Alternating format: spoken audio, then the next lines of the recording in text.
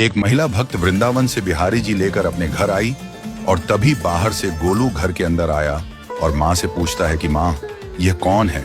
तो मैया ने बोला, ये भगवान हैं और ये ही हमारे मालिक हैं। अब तो घर में जब भी कोई नई चीज बनती तो सबसे पहले बिहारी जी को भोग लगता। पहले यह सब चीजें गोलू को सबसे पहले मिलती थीं।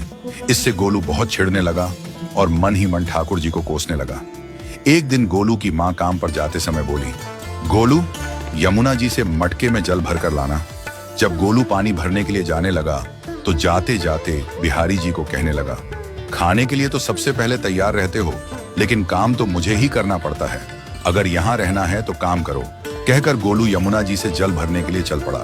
गोलू जब यमुना जी में जल भरने लगा तो उसने देखा कि यमुना जी के अंदर बिहारी जी विराजमान हैं और कह रहे हैं, ला गोलू, घड़ा हम भर देते हैं। गोलू उनको देखकर हैरान हो गया और बोला, नहीं नहीं, मैं अपने आप भर लूंगा। लेकिन ठाकुर जी ने उसके हाथ से घड़ा ले लिया और भरकर घर ले आए। गोलू घर आकर डर रहा था कि अगर माँ को पता लगा कि मैंने ठाकुर जी से काम करवाया है तो आज मेरी पक्की पिटाई होगी। माँ ने घर आकर बिहारी जी को गीले कपड़ों में देखा तो एकदम से हैरान हो गई और कहने लगी कि गोलू, ये जरूर तेरी शरारत है, जरूर तूने ही इन पर जल डाला है। गोलू ने अपनी माँ को समझाने का बहुत प्रयास किया, लेकिन माँ ने उसको डांट कर चुप करा दिया और ठाकुर जी के भीगे हुए वस्त्रों को बदलने लगी। अगले दिन जब माँ ने गोलू को अनाज पिसवाने का काम दिया तो बिहारी जी फिर अनाज का कनस्तर ले आए और माँ को ठाकुर जी के वस्त्रों के ऊपर सूखा आटा पड़ा मिला।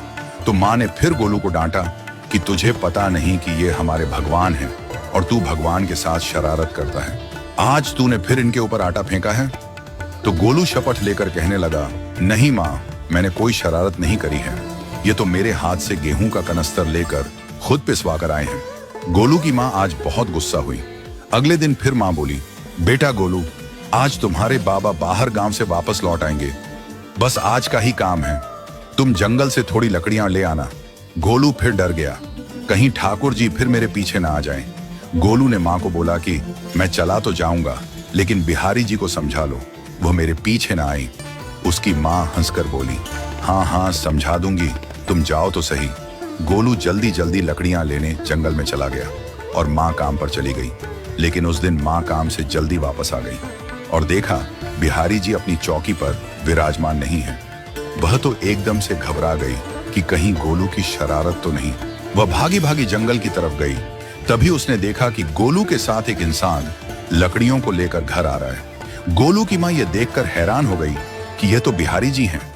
ये क्या हमारे भगवान हमारा काम कर रहे हैं? इसका अर्थ गोलू ठीक कह रहा था।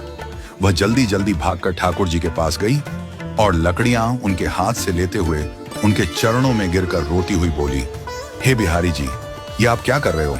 मुंह गरीब का काम क्यों कर रहे हो? ठाकुर जी मुस्कुराते हुए बोले, हमें तो तेरे बेटे पर बहुत प्यार आता है। सब लोग हमें भगवान समझते हैं, लेकिन एक तेरा बेटा ही था जो हमको अपना मानता था। अपना मानकर वो हमें डांट भी देता था, हमारे साथ गुस्सा भी करता था, और जो हमें एक बार अपना मान लेता है